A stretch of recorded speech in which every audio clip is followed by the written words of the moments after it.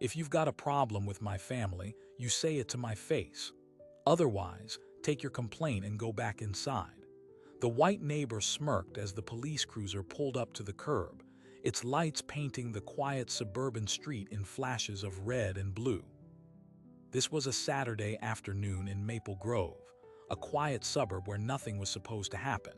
At the center was Michael Rhodes, a father grilling burgers for his wife and 2 kids.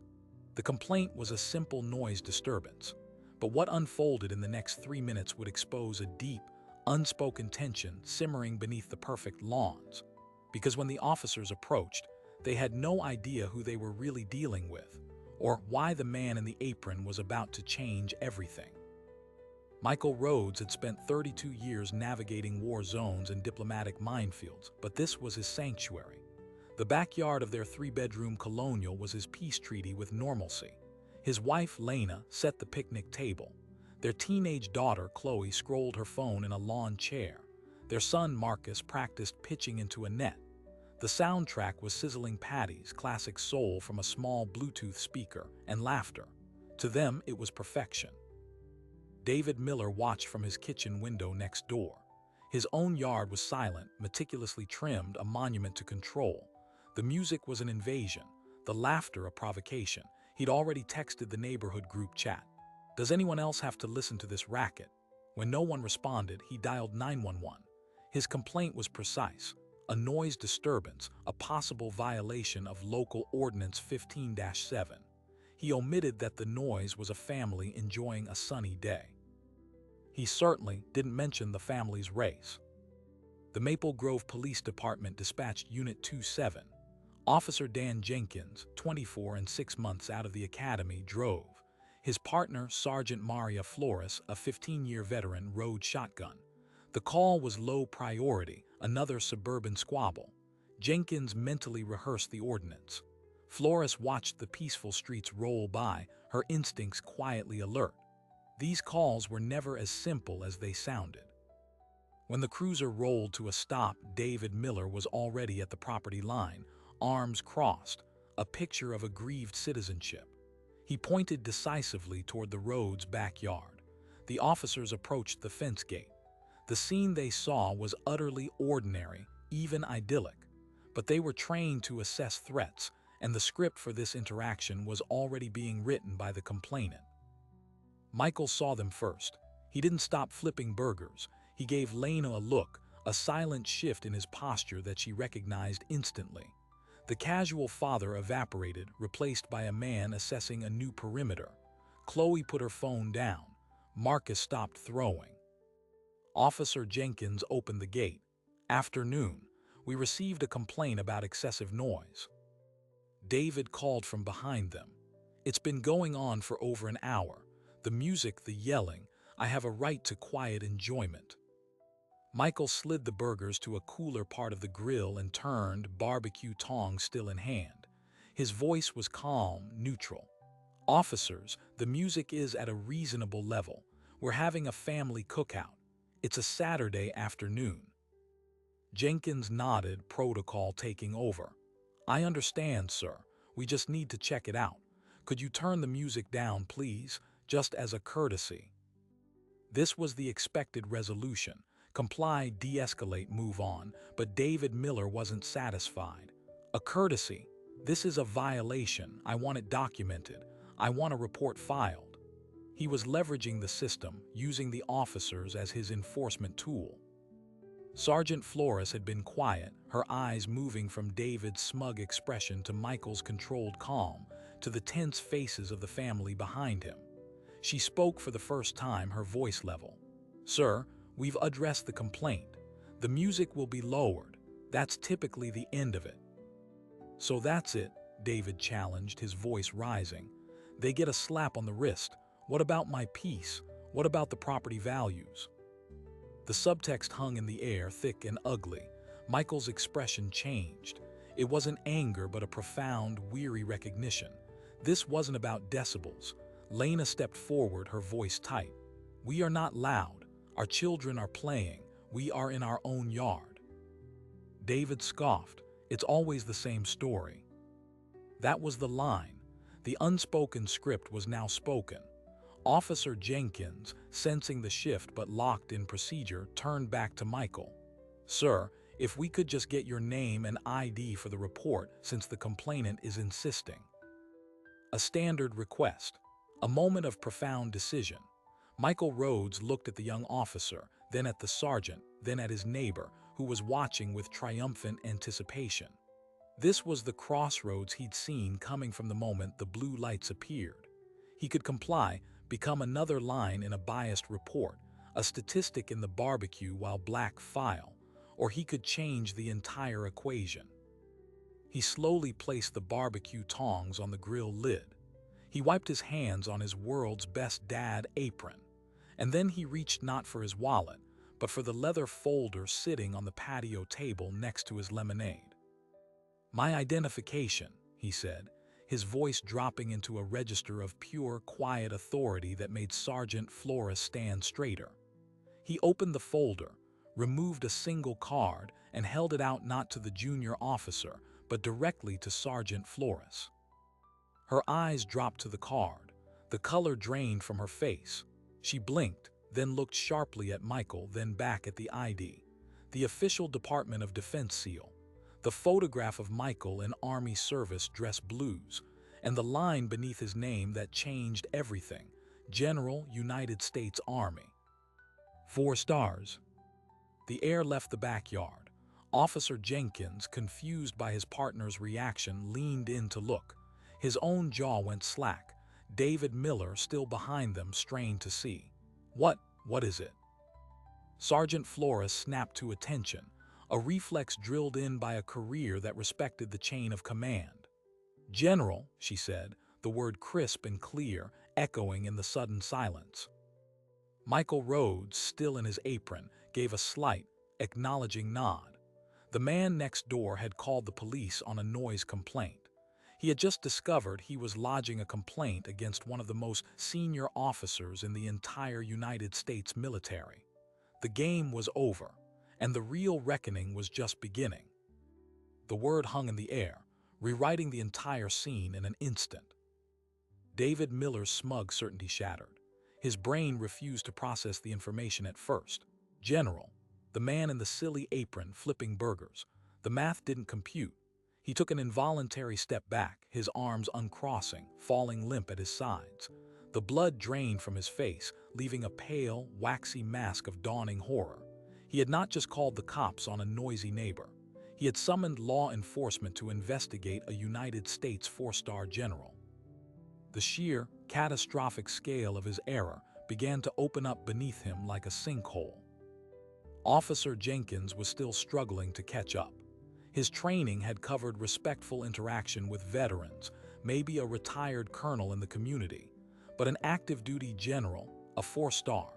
That was a diplomatic-grade incident, not a noise complaint. He looked to Sergeant Flores, his senior, for guidance, his youthful confidence replaced by sheer panic.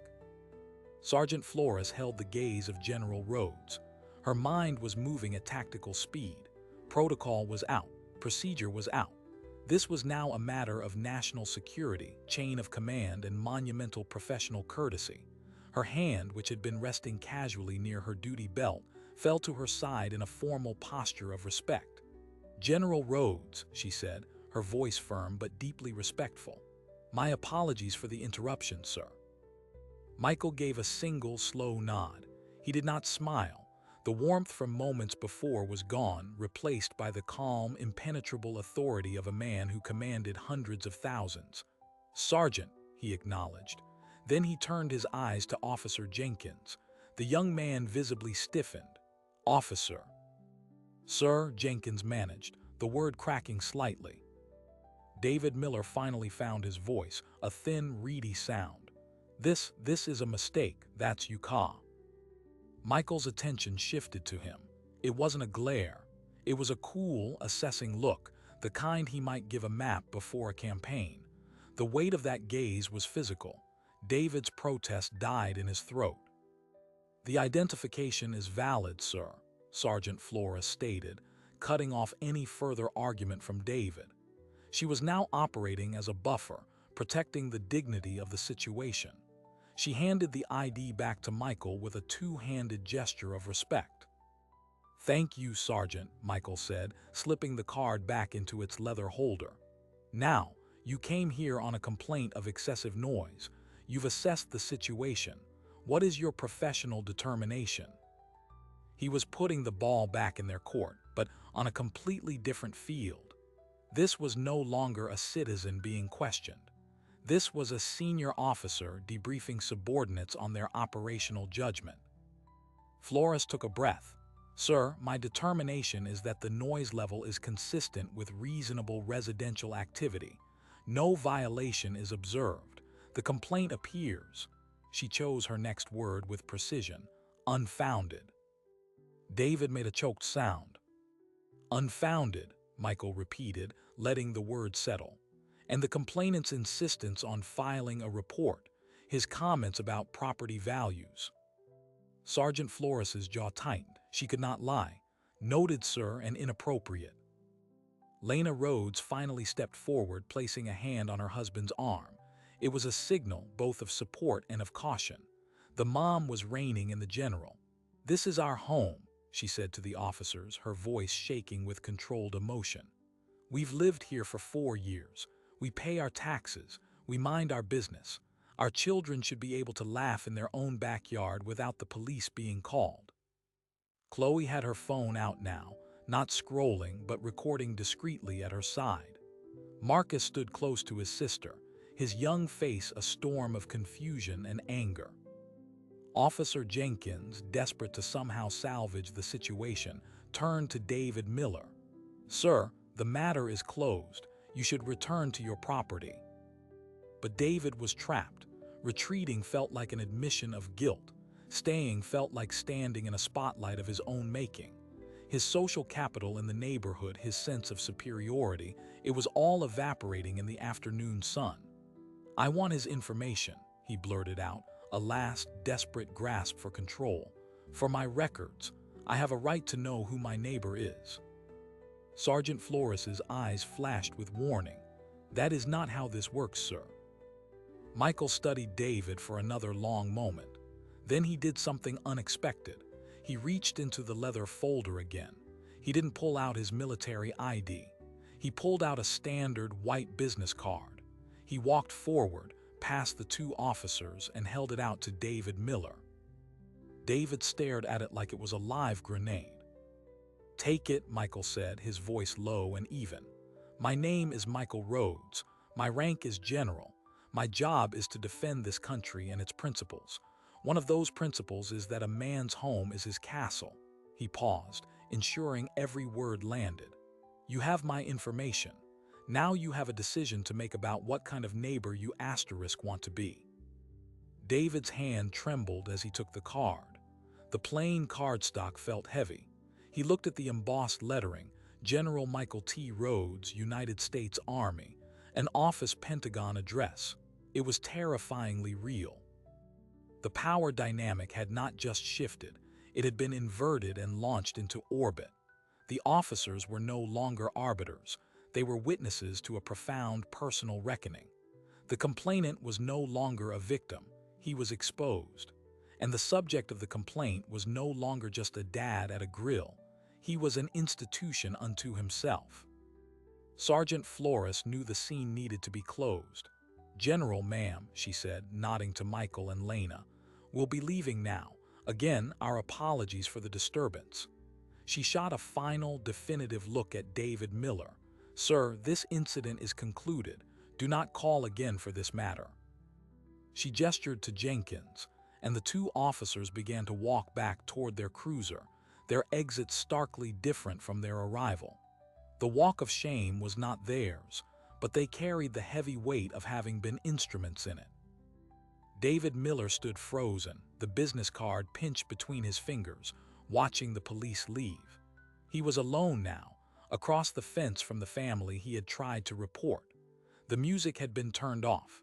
The only sound was the quiet crackle of the grill and the overwhelming, accusatory silence.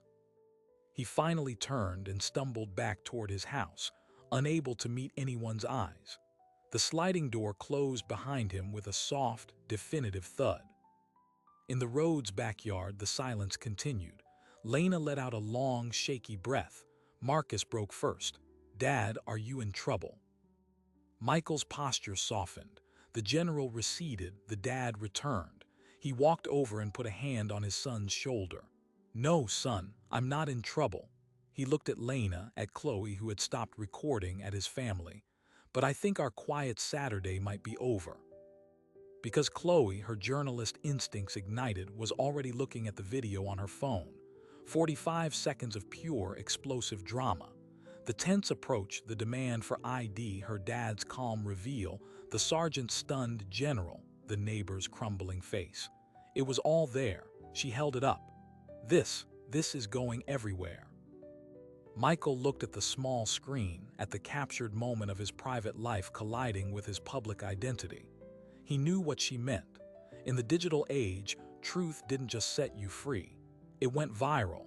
And the fallout from this sunny afternoon barbecue was just beginning to heat up. Across town, Sergeant Flores radioed dispatch as soon as the cruiser pulled away from the curb. "Unit 27, clear from the disturbance call on Maple Grove Drive."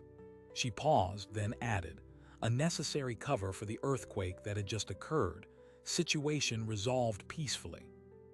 But as Jenkins drove, his hands tight on the wheel, Flores was already composing a different message in her head. A confidential email to her precinct captain. Subject: Incident involving senior DOD official. She had to report it. A police interaction with a 4-star general couldn't just vanish into the log. The department needed to know, if only to brace for impact. And in his darkening living room, David Miller stared at the business card on his kitchen table. He Googled the name, Michael T. Rhodes. The search results filled the screen. Official Army biographies, news articles from deployments, photographs of his neighbor in dress uniform, standing with presidents, receiving medals, commanding divisions. The scale of the man's life, his service, his stature was staggering. It poured into the quiet room, drowning him. He had thought he was dealing with a nuisance. He now realized he had insulted a national asset. The shame was immediate and suffocating. But beneath it, a new, colder fear was stirring, because his name was now attached to this. He was the guy who called the cops on General Rhodes, and in a connected world, that story had legs. It would get out. His job at the sleek downtown marketing firm, his reputation, his standing on the HOA board, all of it was suddenly, terrifyingly fragile. The first post appeared on a local community Facebook page just after 7 p.m. It was from a pseudonymous account. "Heard something wild in Maple Grove today. Cop called on a family barbecue. Turns out dad is a 4-star general. Neighbor must be feeling real stupid." It had no video, no names, just a tantalizing, gossipy nugget. But it was the spark. Chloe Rhodes, after a long, emotional family discussion, made her decision.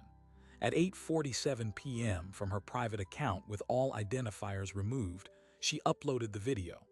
Not to a massive public platform, but to a smaller, community-focused subreddit known for discussing social justice and local issues. The title was simple: "My dad is a general. Our neighbor called the police on our family barbecue today." She hit submit. The quiet, controlled explosion in their backyard was now a digital payload launched into the world. It would take 90 minutes for it to find its audience. And then there would be no turning back for anyone. The backyard confrontation was over. The public trial was about to begin. The internet, as it does, found the video in the dead of night. By midnight, the post on the local subreddit had a few hundred upvotes and dozens of supportive comments. Then a moderator for a popular military appreciation page, scrolling for content, saw it. He cross-posted it with a new title, POV. "You call the cops on a barbecue and find out dad commands the entire army." The fuse was lit. By 2 a.m. it was on Twitter. By 4 a.m. it was on Instagram Reels and TikTok. The algorithm, hungry for clear narratives and visceral justice, fed it to millions. The 45 seconds were perfect. The setup, the confrontation, the stunning reveal, the neighbor's palpable meltdown. It was a modern-day fable, and it spread like a digital wildfire. When David Miller woke at 6 on Sunday morning, his phone was a brick of terror. Over 100 missed calls, countless text messages. His social media notifications were in the tens of thousands. He fumbled to open one platform and saw it. The video.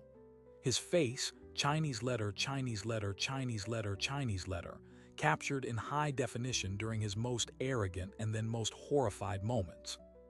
The caption, "Meet David Miller, the man who called 911 on General Roads." His professional email was flooded. Clients, colleagues, his CEO. Subject lines ranged from "What have you done?" to simply "Resignation." The marketing firm's public Twitter account was already being bombarded. His personal address, phone number, and even his home value estimate were being posted in comments. The digital mob had arrived at his doorstep, and they were not holding a noise complaint.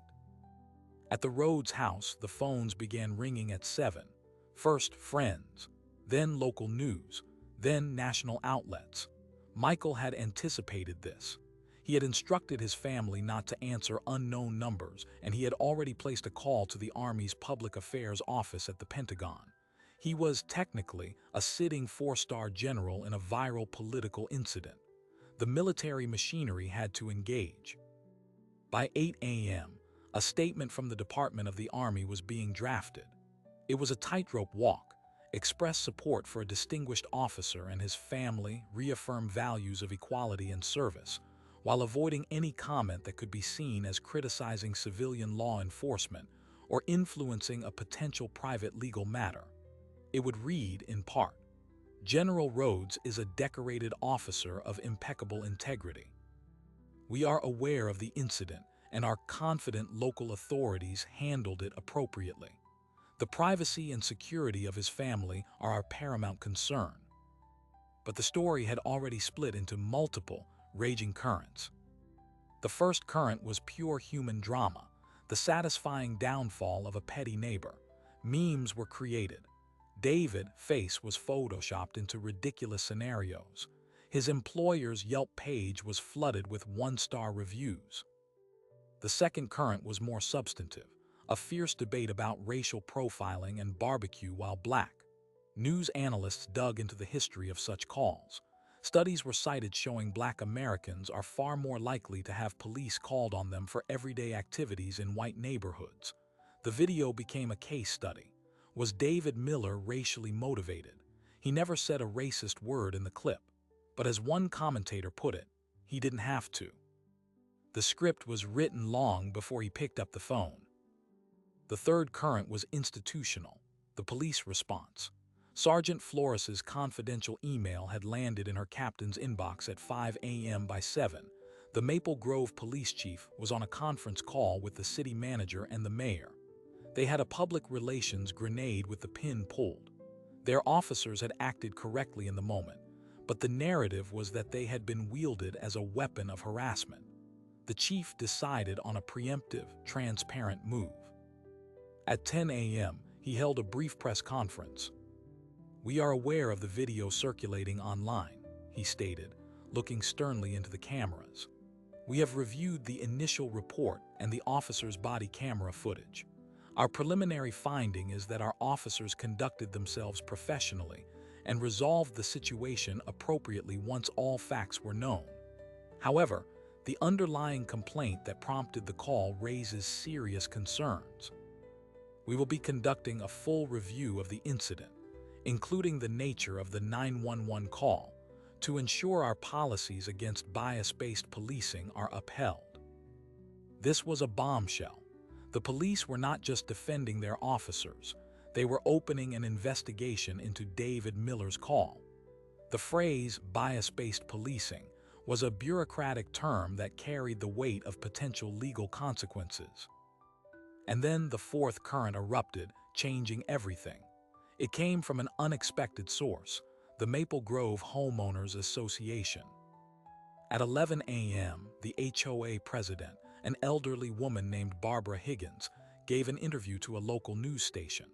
Seeking to defend the community's reputation, she made a fatal error. "Well, it's unfortunate, but we do have clear rules about noise and property upkeep," she said.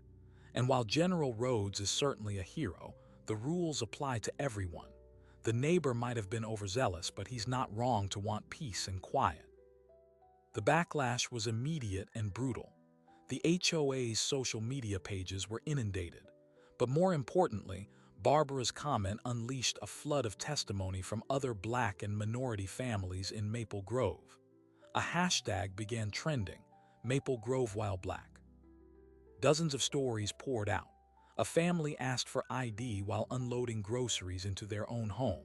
A teenager stopped for looking suspicious while walking his dog.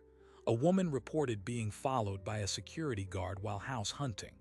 A pattern emerged, not of overt racism, but of constant, low-grade suspicion and policing of their presence. David Miller was not an anomaly, he was a symptom. The story had now exploded beyond a single viral video. It was a referendum on an entire community's culture. In his office, the mayor saw the political crisis mounting. The city was being painted as a racist suburb on national news. He needed a bigger gesture. At 2 p.m., he announced the formation of a community relations task force to examine bias and policing, appointing General Rhodes, without his consent, as an honorary chair. This was the final straw for Michael Rhodes. He had stayed silent, letting the storm rage around him, protecting his family inside their home. But now, institutions were trying to draft him as a symbol for their own damage control. He could not allow that. He called Lena, Chloe, and Marcus into the living room. "They want to use my rank to fix their problem," he said, his voice calm but firm. "They want to put my face on their brochures and say, 'Look, we fixed it.' But this isn't about me. It's about every family that doesn't have a general's ID in their apron. We have a platform now. We need to use it for them." Chloe, who had been monitoring the online fury, nodded. "We have to say something, Dad. But if we do, there's no going back. We become the story forever." Lena took her husband's hand. "We already are the story, baby. The question is, who gets to write the ending?" Michael made his decision. He called the Pentagon Public Affairs officer back. "I'm making a statement," he said, "not as General Rhodes, as Michael Rhodes, a father and a homeowner. I will do it from my home today. I request the department's understanding that this is a personal matter." The officer, after a tense pause, agreed. The military would not stand in his way, but they would not stand behind him either. He was on his own. At 4 p.m., Chloe set up a simple tripod in their living room. Michael sat in a chair wearing a simple polo shirt. No uniform, no apron, no military trappings. Lena stood behind him, her hands on his shoulders. Chloe and Marcus stood to the side. It was a family portrait, not a military briefing. Chloe, handling the camera, gave a nod. Michael looked into the lens. "My name is Michael Rhodes," he began. "Yesterday, in my backyard, a neighbor called the police on my family. What happened after was recorded and shared with the world. I will not speak about my neighbor's intentions. I will not discuss the officer's conduct, which I believe was professional under difficult circumstances." He took a breath, his demeanor shifting from a father to something more profound. "I will speak about fear. The fear that a Black family feels when police cars pull up to their home for no reason. The fear that your children feel when they see an officer talking to their dad, not knowing if it ends with a warning or something worse. That fear is real. It is historical, and it is exhausting." He paused, letting the weight of his words settle. "I had an identification card that changed the dynamic in that moment. Most people do not. My family had the protection of my rank and my record. Most families do not. So when we talk about what happened in Maple Grove, we cannot just talk about one man's bad day. We must talk about the culture that made him think that call was appropriate. We must talk about the systems that send armed officers to respond to the sound of laughter." He looked directly into the camera, his gaze unwavering. "Therefore, I am declining any honorary positions. Instead, my family and I are establishing a legal defense fund. in partnership with the NAACP Legal Defense Fund, to support families who face housing discrimination, biased policing, and harassment in their own communities. We will also be funding local programs for police and community dialogue, real training, not just pamphlets. He concluded with a line that would be replayed for days. I spent my career defending the promise of this country. That promise must include the right to barbecue in your own backyard in peace without fear. For everyone. That is the America I served. That is the America we must all build together. He nodded. Chloe stopped the recording. They uploaded the 5-minute video directly to YouTube and Twitter. It was raw, unedited, and devastatingly sincere. It did not go viral with the explosive, gleeful energy of the first clip.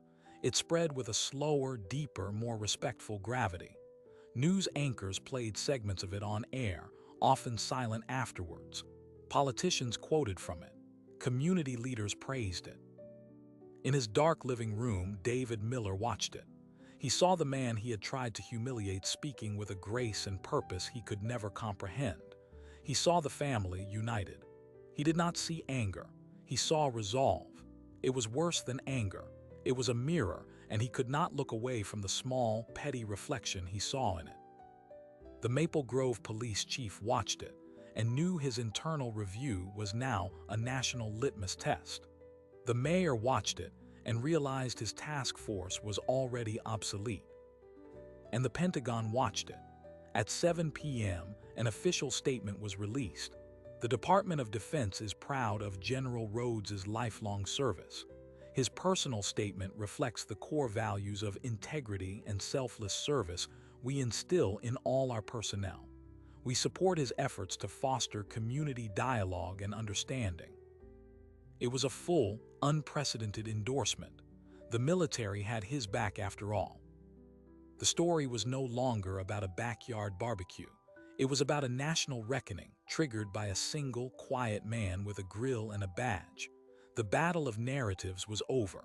Michael Rhodes had defined the terms. Now came the hard part. What would change and who would be held accountable? The court of public opinion had rendered its verdict. The real world, with its laws and its histories, was just beginning to wake up. In the weeks that followed, the ripple effects became waves that reshaped landscapes, both personal and public. David Miller resigned from his marketing firm the Monday after the incident. The official statement cited personal reasons, but everyone knew the truth. The company, bleeding clients and drowning in bad press, accepted it without argument. He and his wife listed their Maple Grove house by the end of that week. The for sale sign went up in the front yard, a silent white flag visible to the entire neighborhood. They moved to a different state 2 months later, their departure quiet and shrouded in shame. The HOA board, under immense pressure, voted to remove him. There was no farewell party. The Maple Grove Police Department's internal review concluded its work. Their findings were made public in a detailed report. The officers, Flores and Jenkins, were formally cleared of any procedural wrongdoing. The report praised Sergeant Flores's professional discernment and appropriate escalation of respect. But the report's second chapter was a damning indictment of the initial 911 call. It analyzed David Miller's language, the lack of any measurable noise violation, and the historical context of similar calls. The official determination was that the call was unfounded and indicative of biased reporting. This formal classification was entered into record, a permanent black mark that would follow David Miller, affecting everything from future background checks to security clearances. But the department didn't stop there. Chief Reynolds, influenced by the national spotlight and perhaps by a genuine desire for change, announced sweeping reforms. All patrol officers would undergo mandatory advanced implicit bias training developed in partnership with a leading university. A new community liaison position was created, and in a move that surprised everyone, Sergeant Maria Flores was promoted to fill it. Her first act was to establish regular, informal coffee with a cop meetings in neighborhood parks, not station houses. The first one had a special guest, Michael Rhodes in civilian clothes, sitting at a picnic table, drinking coffee and talking with residents. The mayor's community relations task force, now stripped of its intended honorary chair, had to get serious. It was populated with actual community advocates, pastors from local black churches, and representatives from the NAACP. They bypassed symbolic gestures and went straight to policy. Their first recommendation, which the city council adopted, was a new right to reside ordinance. It created a civil penalty for anyone found to have made a frivolous, bias-motivated call to police against a neighbor, making the caller potentially liable for the city's cost of responding. It was dubbed the BBQ bill in the press. At the Rhodes home, a new normal settled in, one punctuated by both privilege and burden. The Department of Defense assigned a discreet security detail to the property, a standard precaution for a high-profile senior officer caught in a public controversy. The family accepted it as the price of their safety. Chloe became a minor activist in her own right, using her platform to highlight other stories of discrimination from teenagers across the country. Marcus found himself defending his family at school, but also found new respect from classmates who saw his dad as a hero. The legal defense fund Michael announced, the Homefront Justice Initiative, exploded. Donations poured in from veterans groups, civil rights organizations, and thousands of ordinary people. Within a month, it had raised over $2 million. Its first case was not from Maple Grove, but from a city 200 miles away. A black family facing eviction after a neighbor's false complaint about too many cars parked at their home. The NAACP Legal Defense Fund attorneys, backed by the initiative's resources, not only stopped the eviction, but filed a landmark suit against the property management company for discriminatory enforcement. The message was clear. The protection General Rhodes had could now be extended legally to others. But the most profound change was quieter, and it happened in the yards and streets of Maple Grove itself. The hashtag campaign had forced a community-wide introspection. White residents who had never considered their role began speaking up. A group of neighbors, led by an elderly white woman who lived 3 doors down from the Rhodes, organized a block party for unity. They invited every family on the street. The Rhodes family attended. David Miller's empty house stood as a silent reminder in the middle of the festivities. Michael returned to his duties at the Pentagon. The incident followed him, but it was now framed as a case study in leadership under pressure. He was asked to brief senior officials on community-military relations. He used the opportunity not to talk about himself, but to present data on the housing discrimination faced by junior enlisted families of color. One evening, 6 months after the barbecue, Michael was back at his grill. The security detail was a polite presence at the front of the house. The smell of charcoal and steak filled the air. Lena set the table. Chloe and Marcus were home from school. The scene was almost identical to that fateful Saturday, but the feeling was different. The peace was harder one, more conscious. It was not the innocent peace of before, but a resilient one. As the family sat down to eat, a courier arrived at the gate. He had a single, thick envelope. The security team screened it and brought it to Michael. It had no return address, only his name typed on the front. He opened it at the table. Inside was not a letter, but a stack of documents, photocopies of official certificates. They were completion certificates for a series of online courses, Understanding Implicit Bias, The History of Housing Discrimination in America, Community Mediation Practices. Each was made out to David Miller. The final sheet was a simple, handwritten note on plain paper. It read, "I am learning, I am sorry, I was wrong." It was unsigned. Michael showed it to Lena. They sat in silence for a moment, the weight of the unspoken apology filling the space between them. It wasn't forgiveness and it wasn't justice, but it was something raw and real. It was accountability, delivered quietly without an audience. Michael put the papers back in the envelope and placed it on a shelf in his study. He returned to his family and his meal. The steaks were perfectly cooked. The story of the backyard barbecue that shook the nation began to fade from the headlines, replaced by newer crises and scandals. But its impact was cemented. Police departments in over a dozen states adopted versions of Maple Grove, right to reside ordinance. The Homefront Justice Initiative took on its 10th case. Sergeant Flores's community program became a model for other suburbs. And in a quiet backyard on Maple Grove Drive, a family laughed around a picnic table, the sound of their joy no longer a provocation but a testament. The threat had been neutralized, not by a general's rank, but by the exposure of truth and the long, difficult work of change it triggered. The promise of peace, for this one family at least, had been reclaimed.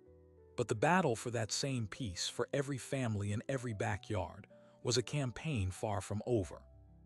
The story of General Rhodes's barbecue is more than a viral moment of comeuppance. It is a lens focused on a quiet, everyday fear experienced by millions, and the extraordinary circumstance it took to make a nation pay attention. It asks us an uncomfortable question. How many injustices go unchallenged because the victim doesn't have a 4-star ID to change the script? This incident joined a painful American archive. The woman napping in a dorm common room, the child selling water on a sidewalk, the family touring a potential college campus. Each, a mundane act transformed into a police matter. The common thread is not the action, but the perception of who is doing it.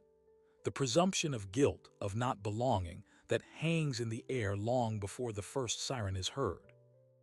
General Rhodes had the ultimate shield. His rank was a hard stop. For everyone else, the shield must be built from something else. From concrete policy changes, from legal recourse, from neighbors willing to speak up before the call is made, and from a culture that examines its own reflexes of fear and suspicion. The true legacy of that Saturday afternoon is not in a neighbor's quiet departure or a city's new ordinances. It is in the conversation it forced into open air. It is in the realization that the front lines of justice are not just in distant courts or legislative halls, but in our own backyards, on our own streets, in the decisions we make about who belongs and who does not. Change is not a viral video.